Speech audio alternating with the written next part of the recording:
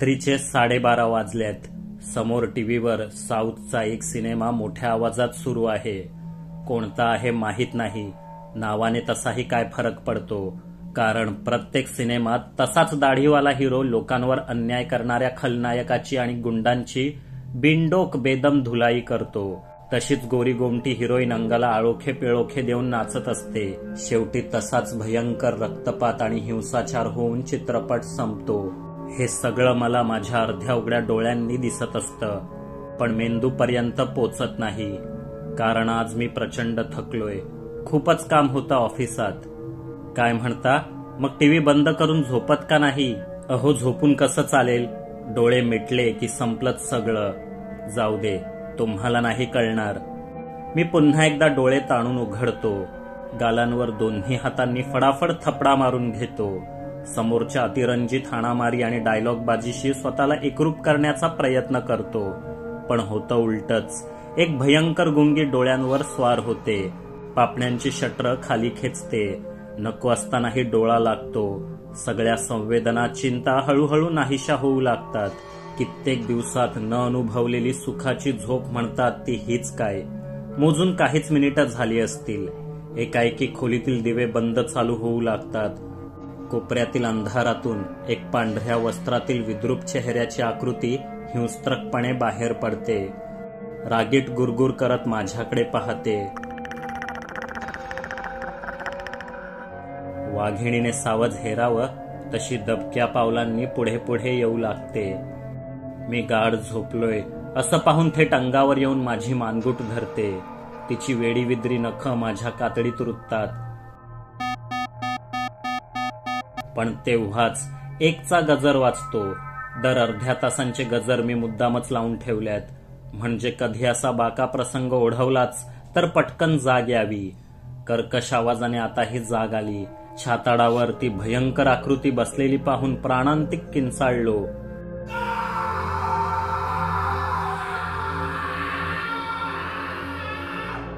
शेजारच्या खोलीतून आई बाबा धावत आले. त्यांनी दिवे लावले. खोलीत माझ्याशिवाय कोणीच नव्हतं. काय झालं रे बाळा? माझा घामाने डबडबलेला चेहरा पाहून आई विचारते. काही नाही, टीव्ही बघता बघता झोपलो. वाईट स्वप्न पाहिलं. मी खोटच सांगितलं. दिवसभर काम करून थकतोस, कशाला एवढ्या उशिरापर्यंत टीव्ही पाहत जागायचं? मी बंद करतो टीव्ही, झोप आता, असं बोलून बाबांनी टीव्ही बंद केला आणि दोघं दाराबाहेर पडले. मी त्यांच्यासमोर बेडवर पडल्याचं नाटक केलं, पण ते जाताच उठलो. दार बंद केलं. दिवे लावले आणि मोबाईल घेतला. माझ्यासोबत हे जे काही चाललं होतं त्याने मी पुरता हादरून गेलो होतो. आणखी किती दिवस सहन करू शकेन सांगता येत नव्हतं. मोबाईलच्या फ्रंट कॅमेरावर व्हिडिओ रेकॉर्डिंग ऑन करून उशीच्या सहाय्याने तो उभा ठेवला. मग बोलायला सुरुवात केली. आज मला काहीतरी सांगायचंय. ऐकायला खूप विचित्र वाटेल, पण आज उद्या मी जर झोपेतच मेलो तर तो एक अपघात न समजता खून समजा. हो, खूनच. पांढऱ्या वेशातली ती क्रूर आत्मा माझ्या जीवावर उठली आहे. त्यामुळेच मागच्या 6 महिन्यात मी एकही रात्र सुखाने झोपलेलो नाही. कारण कधी माझा डोळा लागेल आणि कधी ती संधी साधेल सांगता येत नाही. तेव्हा मला आजच जे काही घडलं ते सर्व तुम्हाला सांगायचंय. तुमचा विश्वास बसणार नाही अशी खात्री असली तरी. 6 महिन्यांपूर्वी कसारा घाटात माझ्या गाडीला भीषण अपघात झाला होता. नशीब बलवत्तर म्हणून वाचलो असं सर्व म्हणतात, पण खरं तर त्या अपघातात मेलो असतो तर अधिक बरं झालं असतं असं आता वाटतंय. तर त्या रात्री घडलं असं की पावसाचे दिवस. मी इगतपुरीहून कल्याणच्या दिशेने येत होतो. मध्ये कसाऱ्याचा घाट लागणार होता. अधूनमधून पावसाची जोरदार सर येऊन जात असल्याने वर्दळ फार नव्हती. रात्री 9-10चा सुमार. घाट लागण्यापूर्वीच एका हातात छत्री आणि दुसऱ्या हातात कापडी पिशवी घेऊन एक काका गाडीला हात दाखवताना दिसले. यावेळी त्यांना कुठलीच रिक्षा वगैरे मिळणं शक्य नव्हतं. मी गाडी थांबवून दार उघडलं. ते माझ्या शेजारीच बसले. घाट उतरून पलीकडे जायचंय. आमच्या नात्यातला एक जण दगावलाय. वय झालंच होतं, आजारीही होते, पण अशा अवेळी जातील असं वाटलं नव्हतं. गावं सुधारल्यात पण इथे तुमच्या शहरासारख्या पटकन मोबाईलवर गाड्या बुक करता येत नाही अजून. अर्ध्या तासापासून रस्त्यावर गाड्यांना हात दाखवत उभा होतो. शेवटी तुम्ही गाडी थांबवलीत. फार उपकार झाले बघा. उपकार कसले त्यात? अहो, माणूसच माणसाच्या कामी येणार नाही का? मी सहजच म्हटलं. मग थोडा वेळ कोणीच काही बोललं नाही. घाट लागला. अधूनमधून काही गाड्या दिसायच्या. मी जपून चालवत होतो. इगतपुरीमध्ये असलेल्या कंपनीच्या आलिशान हॉटेलमध्ये दिवसभर खूप मौजमजा केली होती. अचानक मॅनेजरला मुंबईत काहीतरी तातडीचं राहून गेल्याचं आठवलं. त्याबरोबर प्रत्येकाने आपापल्या रूममध्ये पळ काढला. मी नेमका सापडलो. मला नाही म्हणता येत नाही. याचा फायदा घेऊन मॅनेजरने ट्रिप अर्धवट सोडून मुंबईला पिटाळलं. त्या बदल्यात स्वतःची महागडी गाडी घेऊन जाण्याची परवानगी दिली. त्याच गाडीने आता मी निघालो होतो. पण डोळे जड झालेले. काल रात्री सुद्धा डीजे नाईट, गेमिंग वगैरेमुळे झोप पूर्ण झाली नव्हती. डोळ्यांवर झापड येऊ लागली तसा शेजारी बसलेल्या काकांनी खांद्यावर हात ठेवला. आवरा स्वतःला, झोपलात तर जीवावर बेतू शकतं, असं ते म्हणाले. मी खाडकन डोळे उघडले. ओशाळल्यागत हसून सॉरी म्हटलं. तुमची झोप उडावी म्हणून एक गोष्ट सांगतो. माझी स्वतःचीच आहे. पुढच्या महिन्यात वयाची 50शी गाठेन मी. पण आयुष्याची सुरुवातीची 9-10 वर्ष सोडली तर त्यानंतर एकही रात्र अखंड बिनघोर झोप घेता आली नाही मला. माझे खरे वडील अट्टल दारूबाज होते. त्यांनी आधी घरातील सर्व विकून खाल्लं. मग मलाही विकणार होते. त्याआधीच आई त्यांना सोडून दूरच्या गावी घेऊन आली. ते गाव कोणतं हे तिलाही माहीत नव्हतं. मला घेऊन एसटीत चढली आणि शेवटच्या थांब्यावर उतरली. एका हॉटेलात तिला भांडी धुण्याचं काम मिळालं. हॉटेल बंद झालं की तिथेच लाकडी टेबलांवर झोपायचो. उंदीर घुशी पाय कुरतडून जायच्या. पावसा पाण्यात खूप त्रास व्हायचा. तिने मला गावातल्याच शाळेत टाकलं. 3-4 वर्ष अशीच काढली. मी 9-10 वर्षांचा असेन. त्याच सुमारास हॉटेलात वेटरचं काम करणाऱ्या एका 40शीतल्या इस्माशी आईने लग्न करण्याचा निर्णय घेतला. एकट्या बाईसाठी जग खूप वाईट असतं, असं ती म्हणाली. त्यांच्या लग्नानंतर हॉटेलात राहणं शक्य नव्हतं. आम्ही भाड्याचं घर शोधायला सुरुवात केली. पण छोट्याशा गावातील हॉटेलात काम करणारा वेटर आणि धुणी भांडी करणारी बाई यांची एकूण कमाई किती असणार? त्यात काय भाड्याचं घर मिळणार? 2-4 महिने शोधाशोध करूनही घर सापडेना. पुढचा पावसाळाही हॉटेलच्या दमट फरशीवर कुडकुडतच जाणार की काय असं वाटू लागलं. गावात भाड्याने घरं मिळत नव्हती असं नाही, पण ती आम्हाला परवडण्यासारखी नव्हती. आणखी 15 दिवसांनी माझा सावत्र बाप रिक्षा करून आम्हाला गावाबाहेर घेऊन आला. इथे तुरळकच घरं होती. ढासळलेलं दगडी कुंपण आणि आसपास काटेरी झाडं वाढलेला एक जुनाट दगडी वाडा आम्हाला भाड्याने मिळालाय असं त्याने सांगितलं. मालक इथे राहत नव्हता. वाडा ओस पडलेला. गर्दुल्ल्यांचा अड्डा बनण्यापेक्षा कुणीतरी राहिलेलं बरं या हिशेबाने अगदी नाममात्र भाड्यात तो आम्हाला राहायला मिळाला. त्यात संध्याकाळी आम्ही हॉटेलातून आमचं सामान तिथे हलवलं. भाड्याचं का होईना, पण इतक्या वर्षांनी डोक्यावर छप्पर मिळालं म्हणून आई खुश होती. सावत्र बाप खुश होता. मी सुद्धा खुश होतो. पण तो आनंद फार काळ टिकला नाही. त्या वाड्यात राहायला आलो आणि माझ्या आयुष्यातून सुखाची झोप हरवली. वाड्यात खाली स्वयंपाकघर, दिवाणखाना, न्हाणीघर होतं. वर एकाला एक लागून 3 खोल्या आणि आणखी एक न्हाणीघर. माझ्यासाठी वरची एक खोली साफसूफ करून देण्यात आली. आई आणि सावत्र बाप खाली दिवाणखान्यातच झोपायचे. एकटं झोपण्याची सवय नसल्याने पहिल्या रात्री झोपच येईना. कधी छपरावरून, कधी बाजूच्या खोल्यातून, कधी न्हाणीघरातून, तर कधी माझ्याच पलंगाखालून चित्रविचित्र आवाज ऐकू यायचे. ते उंदीर घुशींचे असतील असं समजावूनही मनाचं समाधान होईना. पुन्हा दिवा लावला. पलंगावर उठून बसलो. झोप येतच नव्हती. राहिलेला गृहपाठ पूर्ण करून टाकला. पहाटे थोडा वेळ डोळा लागला. तेव्हाच खाली दिवाणखान्यातील गजराचं घड्याळ मोठमोठ्याने कोकलू लागलं. ती रात्र कशीबशी सरली. पण पुढच्या अनेक रात्री अशाच गेल्या. रात्रभर जागा राहून मी दिवसा शाळेत झोपायचो. हॉटेलात आईला मदत करायला गेलो की तिथेही झोपायचो. अभ्यासात लक्ष लागायचं नाही. एक दिवस सुट्टी असल्याने वाड्यावरच होतो. हॉटेलात वर्दळ असली की आईबाबांना परतायला रात्री उशीर व्हायचा. 10-11 वाजायचे. मी सकाळची खिचडी गरम करून खाल्ली आणि वर आपल्या खोलीत पुस्तक वाचता वाचता झोपी गेलो. अचानक खोलीच्या अंधाऱ्या कोपऱ्यातून एका स्त्रीच्या रडण्याचा आवाज ऐकू आला.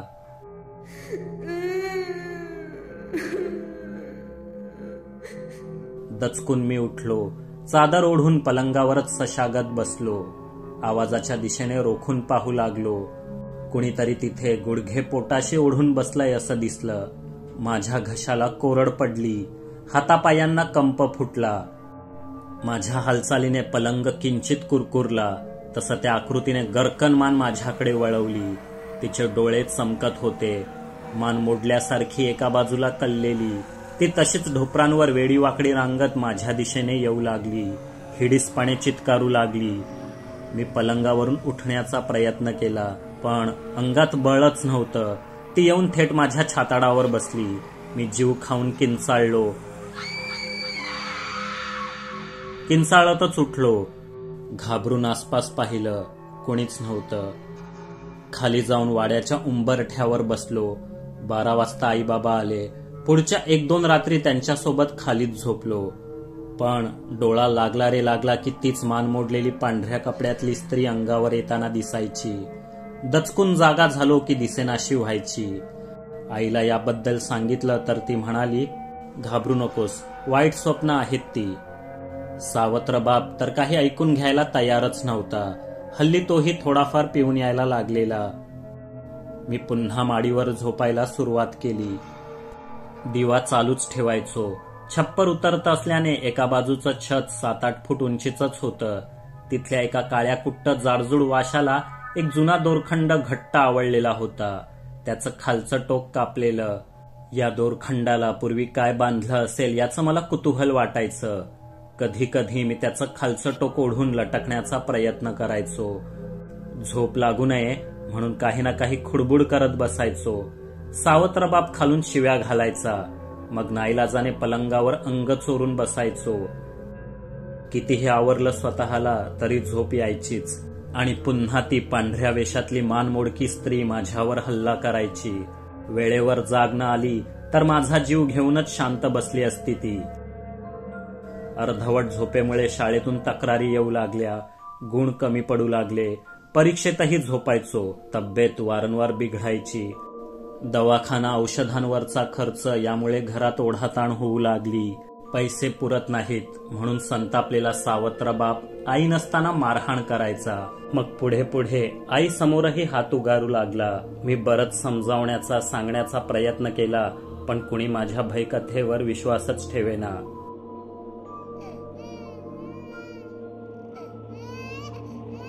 आणि एका रात्री मला दुसरं भूत दिसलं. 5-6 महिन्यांचं एक बाळ माझ्या पलंगा शेजारीच रडत असलेलं. मी उठून बसताच ते रांगत पलंगाखाली गेलं. मी कुतूहलाने डोकावलो, पण खाली कुणीच नव्हतं. अचानक अंधारातून एक हात बाहेर आला. त्याने माझी मानगूट धरून पलंगावरून खाली ओढलं. मी धाडकन कोसळलो. गडबड ऐकून आई वर धावली. मला नखशिखांत हादरलेला पाहून त्या रात्री माझ्यासोबत वरच थांबली. काही वेळाने तिचा डोळा लागला, पण आम्हा दोघांचं त्या मानमोडकीपासून रक्षण करण्यासाठी मी पहारा देत जागाच राहिलो. आमच्या वाड्यापासून थोड्याच अंतरावर एक घर होतं. तिथे राहणारी कला नावाची मुलगी माझ्याच वर्गात होती. मधल्या सुट्टीत बाकावर डोकं टेकून पडलो असताना ती जवळ येऊन उभी राहिली. दचकून मी जागा झालो. तिनं थेट विषयालाच हात घातला. मला ठाऊक आहे तुझ्यासोबत काय घडतंय. घरी जाताना भेट, आपण एकत्रच जाऊ, तुला सगळं सांगते. मी मान हलवली. त्या दुपारी आम्ही मोठा वळसा घेऊन लांबच्या रस्त्याने घरी निघालो. कलाचं कुटुंब या गावात पिढ्यानपिढ्या राहत होतं. तिनं आमच्या वाड्याचा इतिहास सांगितला. फार फार वर्षांपूर्वी एका तरुण जमीनदाराने हा वाडा मोठ्या हौशेनं बांधलेला. कशाची कमी नव्हती, पण लग्नाला 10 वर्ष झाली तरी मूल होईना. अखेर अनेक व्रतवैकल्ये करून त्याची बायको गरोदर राहिली. तिला बालंत कळा सुरू झाल्या आणि इथे तिचा नवरा बैलगाडा शर्यतीत चिरडून मेला. बिचारीवर आभाळ कोसळलं. घराचा आधार हरपला. त्याच धसक्याने पुढे सासू सासरेही दगावले. वाड्याला जणू कुणाचा शाप बांधला. ती बाई दुःख आणि नैराश्याच्या गर्तेत ढकलली गेली. त्यात बाळ सारखं किरकिर करायचं, टाहो फोडायचं. बिचारीचा जीव मेटाकुटीला यायचा. दिवसभर राब राबायचं आणि रात्री बाळ डोळा लागू देत नसे. तिची शारीरिक आणि मानसिक तब्येत ढासळली. रिकामा वाडा खायला उठू लागला. असंच एका रात्री अचानक बाळ धाय मोकळून रडू लागलं. तेव्हा तिने नैराश्य आणि संतापाच्या भरात उशीने तोंड दाबून त्याला कायमचं शांत केलं. मग पहाटेपर्यंत तिथेच बसून राहिली. उजाडताच आपण काय करून बसलो हे तिला कळलं. पश्चातापाच्या अग्नीत तिने स्वतःची आहुती द्यायचं ठरवलं. आढ्याच्या वाशाला दोर बांधून गळफास घेतला. कलाचे हे शब्द ऐकून माझ्या पोटात खड्डाच पडला. त्याच तुटलेल्या दोराला मी अधेमध्ये लटकून झोके घ्यायचो तर कला पुढे सांगू लागली. मग भाऊबंदांनी वाडा आपल्या नावावर केला, पण कुणाची तिथे राहायची हिंमत झाली नाही. जो राहिला तो 1-2 महिन्यातच चालता झाला. भाडोत्रीही टिकायचे नाहीत. मग पुढे कित्येक वर्ष तो वाडा पडीकच राहिला. चावी आमच्या आजोबांकडेच असायची. त्याची महती ठाऊक असल्याने कुणी तिथे फिरकायचं सुद्धा नाही.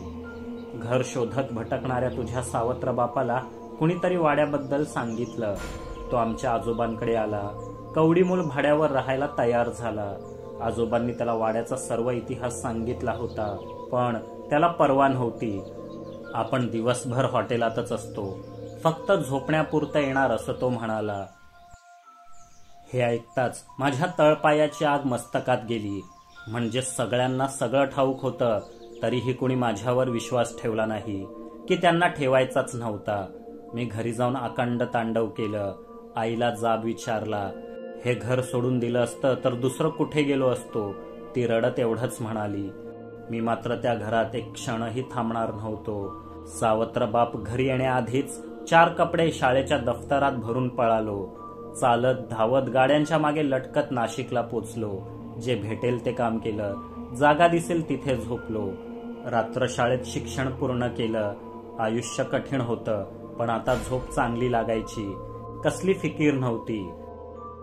शिक्षण पूर्ण झाल्यावर जमवलेल्या पैशांनी एक खाणावळ टाकली. पुढे छोटं हॉटेल उभं केलं. लग्न झालं. 2 मुलं झाली. 35 वर्ष कशी सरली कळलंच नाही. आणि 4 महिन्यांपूर्वी बेडरूम मध्ये झोपलो असताना अचानक विचित्र खुडबुड ऐकू आली. मी डोळे उघडले तर तीच मानवाकडी स्त्री पंख्याला लटकलेली दिसली.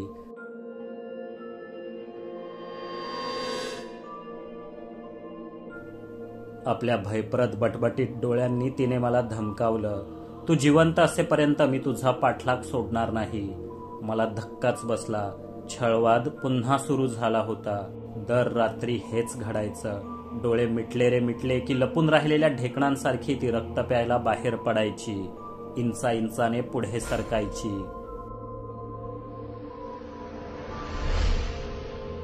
घरी कुणाला याबद्दल सांगताही येत नव्हतं.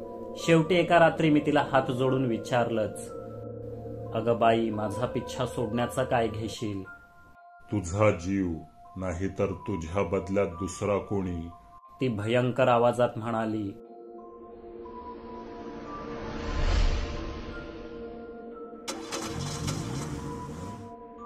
त्या काकांची हॉरर स्टोरी ऐकून स्टिअरिंगवरचे माझे हात थरथरू लागलेले.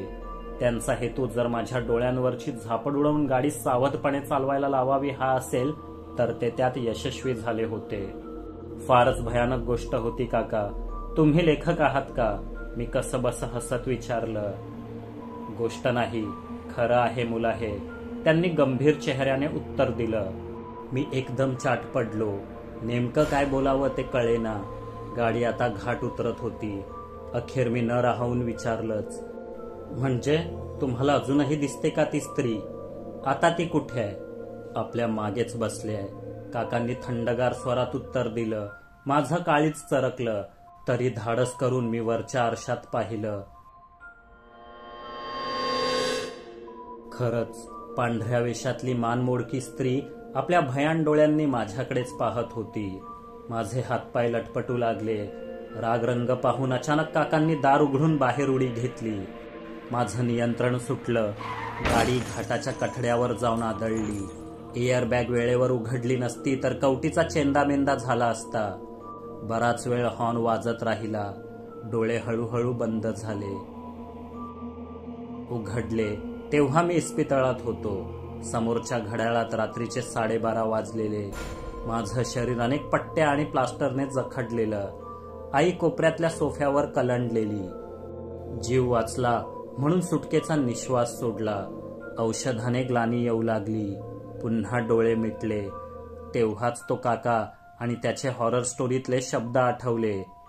तुझा जीव नाहीतर तुझ्या बदल्यात दुसरा कुणी. म्हणजे त्या काकाने आपल्या बदल्यात माझा बळी दिला की काय? मी खाडकन डोळे उघडले आणि ती मानमोडकी स्त्री माझ्या पलंगावरच अधांतरी तरंगत होती.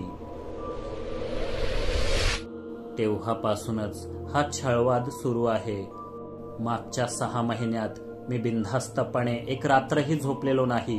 परंतु आता माझ्यातील संयम संपलाय. अशा जगण्यापेक्षा मरण काय वाईट.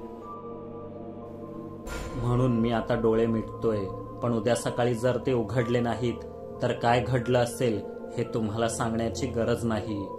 असं बोलून मी व्हिडिओ स्टॉप केला. मोबाईल शेजारच्या टेबलावर ठेवून दिवे बंद केले. पलंगावर पडलो आणि डोळे मिटले. मान मोडलेल्या त्या पाशवी आकृतीने माझ्यावर शेवटची झडप घेतली.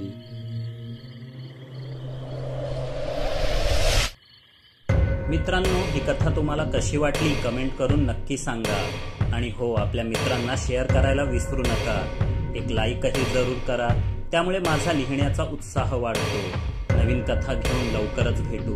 तोपर्यंत इतर कथांचा आनंद घ्या. अजून केलं नसेल तर चॅनल सबस्क्राईब करा. जय हिंद, जय महाराष्ट्र.